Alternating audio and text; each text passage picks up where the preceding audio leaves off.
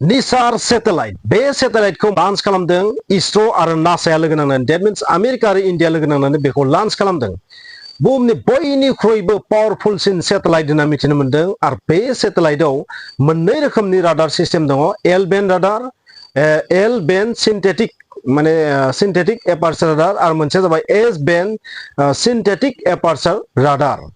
बे मोननैबो dual frequency थानाय राडार बेबायदि राडार थानाय सेटेलाइट बुहुमाव फार्स्ट टाइमनि थाखाय लॉन्च खालामदों आरो बेनि जि बेसेन बेखौ मिथिनो मोनदों 1.5 बिलियन US डलार स एसेबां दाम गोसानि एसेबां खरसा गोनां बे मिशना आरो बे सेटेलाइटआव माखासे केपाबिलिटि दङ बे केपाबिलिटिफोरखौ नोंथांमोनजों शेयार खालामफैदों बे भिडिअनि गेजेरजों नोंथांमोना बे भिडिअखौ नायोबा थारैनो बुजिना मोनगोन निसार जे सेटेलाइट निसाराव एन मा जायो नोंथांमोना मिथिगौ NASA आयो जाय ISRO NASA ISRO synthetic aperture radar बे सेटेलाइटनि नाम आरो निसार स बेयो मोननै हादरजों लोगो नांना बानायनाय मोनसे मिशन बे मोनसे बुंनो थांबा आर्थ अबजारभेटरि सेटेलाइट माने बुहुमखौ बेयो नायबिजिरगोन EOS होनना बुङो ना EOS बे मोनसे रोखोमनि EOS आव डुएल फ्रिक्वेन्सि थागोन दासो बुंखाबाय नोंथांमोन आङो बेवहाय डुएल फ्रिक्वेन्सि थागोन आरो बेल' नङा बे मोनसे रिमोट सेन्सिं सेटेलाइट माने बेनि हेफाजाबै गोबां माने मोनहासयै जायगाफोरखौबो नायबिजिरनो हागोन बे सेटेलाइटनि थ्रुयै बे सेटेलाइटनि सबसे बेस्ट क्वालिटिया जाहैबाय मा बेयो बुहुमाव जानाय जायखिजाया नेचारेल प्रसेस बे नेचारेल डिजास्टारानो जा बा जायखिजायानो जा इकोसिस्टेम डिसबेलेन्सआनो जा बा बांग्रिमानो जा सुनामियानो जा बैफोर रोखोमनि जोबोर फिसा फिसा बा बरफ गलिनायानो जा बरफ कलाप्सानो जा बै बरफफोरा मा कन्डिशन दङ बबेबा जायगायाव ग्रासलेन्डआ मा कन्डिशन दङ बबेबा जायगायाव अखा हागोन ना हाया बबेबा जायगायाव दैबाना जागोन नामा बबेबा जायगायाव सुनामि जानो हागौ नामा सुनामि फैदों नामा बांग्रिम जादों नामा बे गासैबो रोखोमनि नेचारेल प्रसेस कमप्लेक्स प्रसेसफोरखौबो बेयो नायबिजिरनो हागोन जोबोर फिसानिफ्राय फिसा मुभमेन्टखौबो माने 1 सेन्टिमिटार 1 इन्सि 2 इन्सि 1 फुट 2 फुटनि जि मुभमेन्ट बेखौबो बे सिनायगोन ओरैबायदि पावारफुल सेटेलाइट बेयो बे सेटेलाइटखौ हरनायनि जाहोना बेनो आमेरिका आरो इन्डियानि मेगननि नोजोराव गासै बुहुमानो बेबाराव थासिगोन बेनिखायनो बे सेटेलाइटखौ बुंनाय जादों बयनिख्रुइबो पावारफुलसिन सेटेलाइट आरो बयनिख्रुइबो बेसेन गोनांसिन बेसेन गोसासिन खरसा जानाय मोनसे सेटेलाइट मिशन बा अख्राङाव दैथायहरनाय सेटेलाइट मिशन बेयो आरो बेयो जोंनि इन्डियाखौ गोबां बिथिं हेल्प खालामगोन माखासे मेप खालामनायाव हेल्प खालामगोन बेयो गुबुन गुबुन माखासे डिजास्टारखौ कन्ट्रोल खालामनायाव मेनेज खालामनायाव बे हेल्प खालामगोन होनना मिथिनो मोनदों बेनिखायनो बे सेटेलाइटनि गोनांथिया एसेला नङा बे सेटेलाइटखौ बानायनायावनो एसेबां सम लादों एसेबां खरसा लादों बेनिफ्राय नोंथाङा आइडिया खालामनो हायो बे सेटेलाइटनि केपाबिलिटिया क्वालिटिया मा जानो हागौ आरो बेल' नङा बे सेटेलाइटनि हेफाजाबै बुहुमनि गुबुन गुबुन जायगायाव थानाय ग्लेसियार बरफफोरा गलिदों नामा बेसेबां गलिलांखो मा कन्डिशनाव दङ आरो जि एन्टार्कटिकानि जि क्रायोस्फेयार बा एन्टार्कटिकायाव थानाय जेसेबां बरफ ओनसोल दङ बै बरफ ओनसोलफोरनि थासारिया मा बेखौ माने जोबोर थाबैनो नायबिजिरनाय थांगोन आरो जे मास मोनसेनि गेजेरावनो खनथाम खनब्रै बेखौ नायबिजिरगोन बेबायदि मोनसे बुंनाय जादों आरो जे मास मोनसेयाव बेसेबांखिनि चेन्ज फैदों एन्टार्कटिका एरियायाव कारण एन्टार्कटिकानि बरफा गलिजोबनायनि ओंथिया जाबाय नोंथांमोन थांनाय समाव मोनसे भिडिअ बुंदोंमोन एन्टार्कटिकानि बरफा जुदि गलिजोबोबा बुहुमाव मा प्रलय ओरैबायदि मोनसे डिजास्टार क्रिएट जागोन जायखौ जों मानसिया होबथानानै फोजोबनो नङा जाबायदि बांग्रिम बे बांग्रिमनि थाखाय जे सुनामि एलार्ट जारि खालामदों 40 हादराव आरो बै सुनामिनि खायसे खायसे वेबा रासियाव जापानाव बा गुबुन गुबुन हादराव सौग्रायनायखौ नोंथांमोना निउसाव नुदों बबेखानि दासिम जोबोर गिलु बालु डिजास्टार बेबायदि सुनामि दासिम फैयाखै नाथाय दिनैफोर फैनोबो हागौ गाबोनफोर फैनोबो हागौ जुदि गाबोनालासि बै सुनामिया फैयाबा जों साननानै लानो हागोन माने गिलु बालु सुनामिया फैनाय नंलिया नाथाय बुंनो हाया सुनामिया जोबोर गोबावनि उनावबो सफैयो प्रशान्त लैथोमा जोबोर गेदेर बेबायदि स बैबायदि डिजास्टारखौ बै निसार सेटेलाइटनि हेफाजाबै मा खालामनो हागोन नायबिजिरनो हागोन बे सेटेलाइटनि जि लॉन्च मास बे जाहैबाय बेसेबां 2393 किल'ग्राम थामहिनबा बे सेटेलाइटनि जि मोदोमबां बेयो 2393 किल'ग्राम आरो बेनि जि पावार 6500 वाट होनना मिथिनो मोनदों 6500 वाट बेनि जि पावार केपासिटी आरो बे लॉन्च खालामनायखौ नोंथांमोना 5:30 नुदों निश्चय आरो बेखौ लॉन्च खालामग्रा रकेटनि मुङा जाहैबाय इन्डियान रकेट बियो GSLV F-16 GSLV F-16 rocket जों लॉन्च खालामदों बेखौ आरो सतीश धवन स्पेस सेन्टारनिफ्राय लॉन्च खालामदों SDSC Satish Dhawan space centre इन्डियानिफ्राय बियो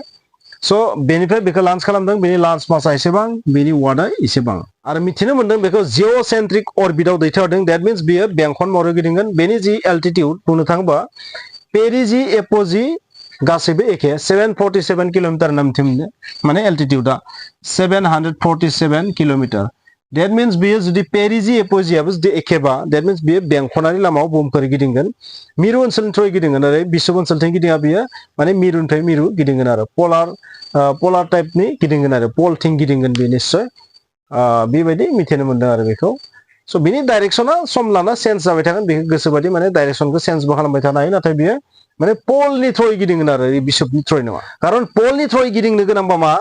गिदिंनायनि ओंथिया मा खारन एन्टार्कटिकानि बरफखौ जुदि नायबिजिरनो गोनां जायोबा सेटेलाइटआ एन्टार्कटिकानि साथिं थांनांगोन बा खोला सा मिरुनि जि बरफ बेखौ नायबिजिरनो गोनांबा बै सेटेलाइटआ मा बुहुमखौ ओरै खोला साहायै गिदिंनांगोन बेनिखायनो बेयो बेखौ बरफखौ नायबिजिरनो थाखायनो बेबायदि सिस्टेमाव बेखौ लॉन्च खालामदों मिथिनो मोननाय बायदिब्ला बे सेटेलाइटनि रिजोल्यूशना बेवहाय जि केमेरा दङ बा जि दङ होनना बुङो राडार सिस्टेम जि सिस्टेम बुङो बिनि जि रिजोल्यूशनाबो 5 निफ्राय 10 मिटार होनना मिथिनो मोनदों बिनिख्रुइबो खमबो जानो हागौ एसे बाराबो जानो हागौ आरो बेयो मा नायबिजिरगोन बेयो माने फिसानिफ्राय फिसा मुभमेन्टखौबो बेयो नायबिजिरनो हागोन होनना बुंदों फरेस्टनि जा बरफनि जा गुबुन गुबुन जा आरो बियो जोबोर एकुरेटलि रिजाल्टखौ होगोन बेबायदि मिथिनो मोनदों जोबोर फिसानिफ्राय फिसा इकोसिस्टेम डिस्टारबेन्सखौबो बेयो सिनायनो हागोन आरो सुनामिनि खोथाखौथ' आं बुंखाबाय नोंथांमोननो बांग्रिनि खोथाखौ बुंखाबाय बारहुंखानि बाथ्रा बुंगोन अखा हानायनि बाथ्रा मिथिनो मोनगोन आरो टेम्पारेचारनि बाथ्राखौ बेहाय मिथिनो मोनगोन बा बबे जायगायाव बालाहामा जानो थांगासिनो दं बबे जायगायाव दैबाना जानो थांगासिनो दङ बबेबा जायगायाव अखाया जोबोर हानो थांगासिनो दङ स' माबायदि बारनि गिदिंखना माबायदि बबेबा जायगायाव धुमुहा फैनो हागोन बेफोर गासैखौबो बेनि थ्रुयै जोबोर एकुरेटलि टाइम बाउन्ड माने मिथिनो हागोन आरो माने बेजों ओरैबायदि मोनसे प्रेडिक्सन खालामनो हागोन बे सेटेलाइटजों ओरैबायदि प्रेडिक्सन खालामनो हागोन बेनि हेफाजाबै मा जानो थांगासिनो दङ दसे उनाव 1 घन्टा उनाव सानसे उनाव साननै उनाव बेखौ जोबोर पारफेक्टलि दा थानाय सेटेलाइटआ जेसेबां पारफेक्टयै माने बेखौ प्रेडिक्ट खालामनाय बिनिख्रुइ बांसिन 100 टाइम्स पारफेक्टयै बेयो मा खालामगोन प्रेडिक्ट खालामगोन खारन नोंथांमोना सम सम नुयो माब्ला अखा फैगोननो अखा हाया बारहुंखा फैगोननो फैया माब्ला बारहुंखा फैनाय नङा होनना बुङो बारहुंखा फैयो बेबायदि जायो आरो बांग्रिमखौथ' दिनैसिम माने आगुआवनो जों गणना खालामना दिहुननाया जे बांग्रिम फैगोन बे बाथ्राखौ दाबो मिथिया नाथाय बे सेटेलाइटनि थ्रुयै बेखौबो मा खालामनो माने जोबोर माने खाथिसिम गणना खालामनो हागोन बेबायदि मिथिनो मोनदों स' जियानो जा मानो बे सेटेलाइटनि माखासे केपाबिलिटि दङ बेखौ आं नोंथांनो बुंजोबाखै नाथाय नोंथांमोना स्क्रिनाव होलांबाय थादों नोंथांमोना स्क्रिनाव नायलांबाय थादोंबा नुदों स' बेवहाय बे सेटेलाइटखौ बानायनायाव इन्डियानि जि खरसा बेयो प्राय 93 US आरो आमेरिकानि नासाया बेसेबां खरसा खालामदों बेवहाय 1118 इसोरनि from US dollar billion 93 billion US dollar इन्डियानिया आरो सरि बिलियन नङा मिलियन आरो बिसोर बेसे खालामदों एसेबां मिलियन डलार इउज खालामदों टटेल लोगो नांना 1.5 बिलियन जादों 1.5 बिलियन टटेल खरसाया बेखौ बानायनायाव माने आमेरिकाया बांसिन बेवहाय खरसा खालामदों आरो बिसोरो बबे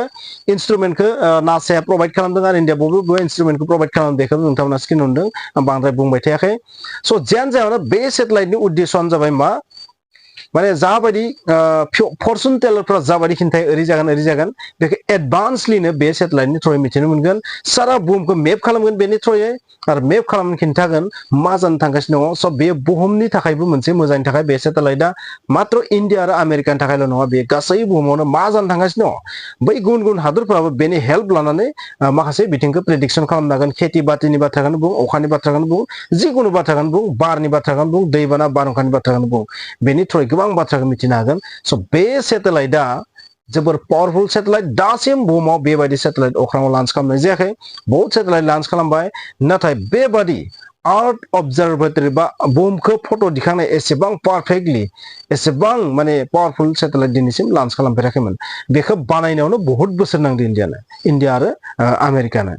बिदिब्ला नोंथांमोना बुजिबाय बे भिडिअनि थ्रुयै बे सेटेलाइटनि केपाबिलिटिया मा जानो हागौ बे सेटेलाइटआ बेसेबां इम्पर्टेन्ट जोंनि इन्डिया बायदि हादरनि थाखाय इन्डिया डेभेलप जानो थाखाय बेबायदि सेटेलाइटनि जोबोर गोनांथि दङ नोंथांमोना मा सानो कमेन्ट्स लिर